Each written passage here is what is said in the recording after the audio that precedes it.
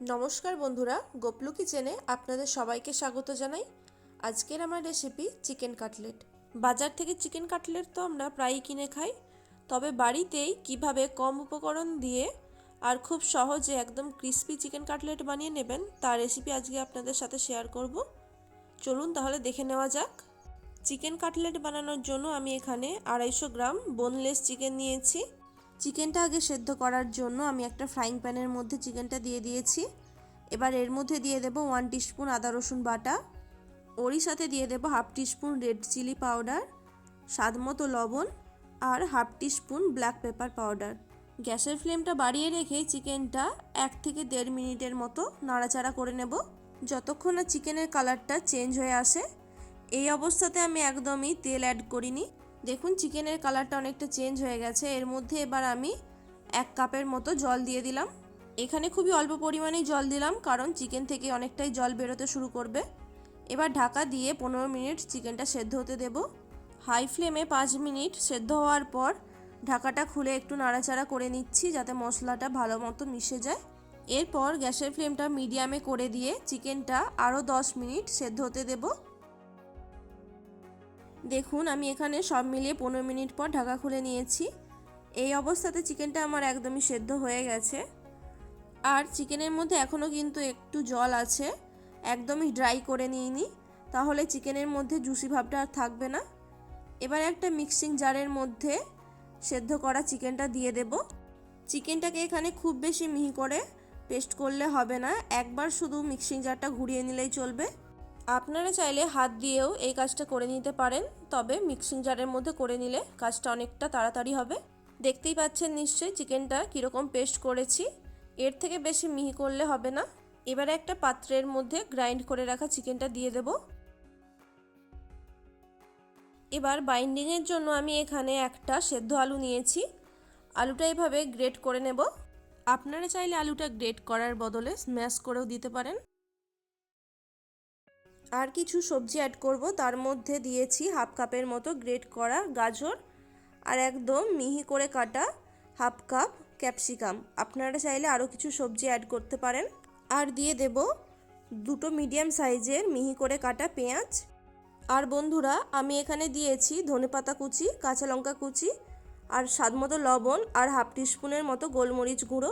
Camera বন্ধ হয়ে যাওয়ার কারণে ভিডিওটা আমি দেখাতে পারিনি, তার জন্য আমি খুবই দুঃখিত। সবশেষে হাফ টিস্পুন গরম মশলার গুঁড়ো আর 2 টেবিল স্পুন কুকিং অয়েল দিয়ে সমস্ত মিশ্রণটাকে হাত দিয়ে ভালো করে মেখে নেব। আর বন্ধুরা এইরকম আরও মজাদার রেসিপির ভিডিও পেতে আমার চ্যানেলটিকে অবশ্যই সাবস্ক্রাইব করে রাখবেন, আর সাথে পাশে থাকা বেল আইকনটিও প্রেস করে রাখবেন। চলুন বন্ধুরা, এখানে আমার কাটলেটের স্টাফিংটা একদম রেডি হয়ে গেছে। এবার হাতের তালুতে অল্প একটু তেল বুলিয়ে নিয়ে কাটলেটগুলো তৈরি করে নেব। পরিমাণ মতো কাটলেটের স্টাফিং নিয়ে এভাবে একটু মুঠো করে নিচ্ছি প্রথমে, তারপরে একটু চ্যাপটা করে কাটলেটের শেপে তৈরি করে নেব। বন্ধুরা আপনাদের যেরকম কাটলেট বানানোর ইচ্ছে হয় সেই রকমইভাবে কাটলেটগুলো তৈরি করে নিতে পারেন। আমি এখানে একটু ডিম্বাকৃতি শেপের কাটলেটগুলো বানিয়ে নিচ্ছি। দেখুন ঠিক এইরকমই আরও কয়েকটা তৈরি করে নেব। আপনারা চাইলে গোল, লম্বাটে বা চৌকো যে কোনো শেপেরই কাটলেট তৈরি করে নিতে পারেন।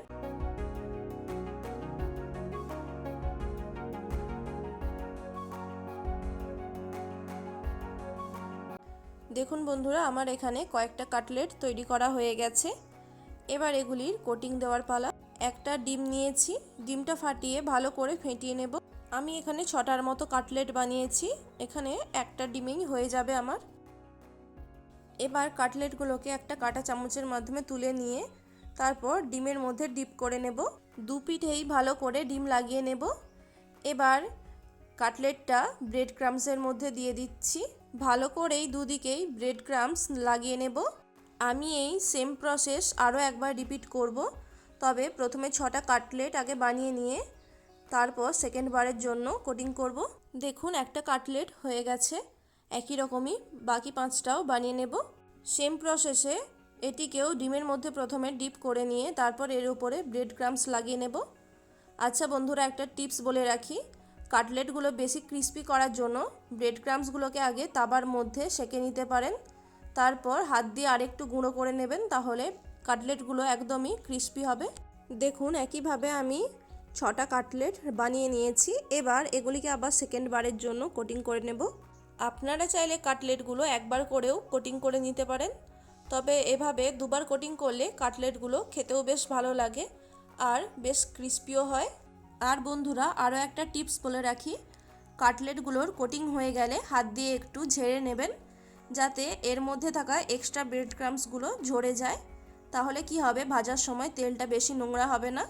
সবগুলো কাটলেট তৈরি হয়ে যাওয়ার পর একটা ফ্রাইং প্যানের মধ্যে পরিমাণ মতো সাদা তেল গরম করে নিয়েছি। এবার তেলের মধ্যে কাটলেটগুলো একে একে দিয়ে দেব। প্রথম ব্যাচে আমি 4টে কাটলেট ভেজে নেব। একসাথে সবগুলো ভাজলে এগুলো ভাজতে অসুবিধে হবে। আর কাটলেটগুলো ভাজার সময় গ্যাসের ফ্লেমটা লো মিডিয়াম ফ্লেমেই রাখবেন। একদিকটা একটু ভাজা হয়ে গেলে অপর দিকটা উল্টে কাটলেটগুলোকে ভেজে নেব। কাটলেটগুলোকে একটু সময় ধরেই ভেজে নিতে হবে, তাহলে এর মধ্যে থাকা চিকেন আর সবজিগুলো ভালো মতোই সেদ্ধ হয়ে যাবে। আমি 4-5 মিনিট ছাড়া ছাড়াই কাটলেটগুলোকে এভাবে উল্টে পাল্টে ভেজে নেব।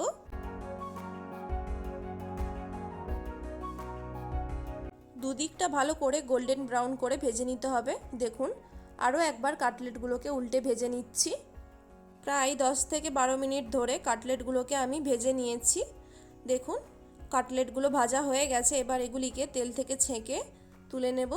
আর বন্ধুরা, চেষ্টা করবেন যে কোনো পকোড়া বা কাটলেট ভাজার পর সেগুলিকে একটা কিচেন টিস্যুর ওপর রাখতে, তাহলে কি হবে, এর মধ্যে থাকা এক্সট্রা তেল শুষে নেবে। একইভাবেই সেকেন্ড ব্যাচে কাটলেটগুলো ভেজে নেব। ইচ্ছে হলেই এভাবে বাড়িতেই কাটলেট বানিয়ে নিতে পারেন, আর দোকান থেকে কিনে খাওয়ার প্রয়োজন হবে না। দেখতেই পেলেন বন্ধুরা, কত সহজেই বাড়িতে কাটলেট বানিয়ে নেওয়া যায়। আর বন্ধুরা, এই প্রসেসে কাটলেটগুলো বানালে কিন্তু কাটলেটগুলো খেতে বাইরে থেকেও যেমন ক্রিস্পি হবে, ভেতর থেকে তেমনই জুসি হবে।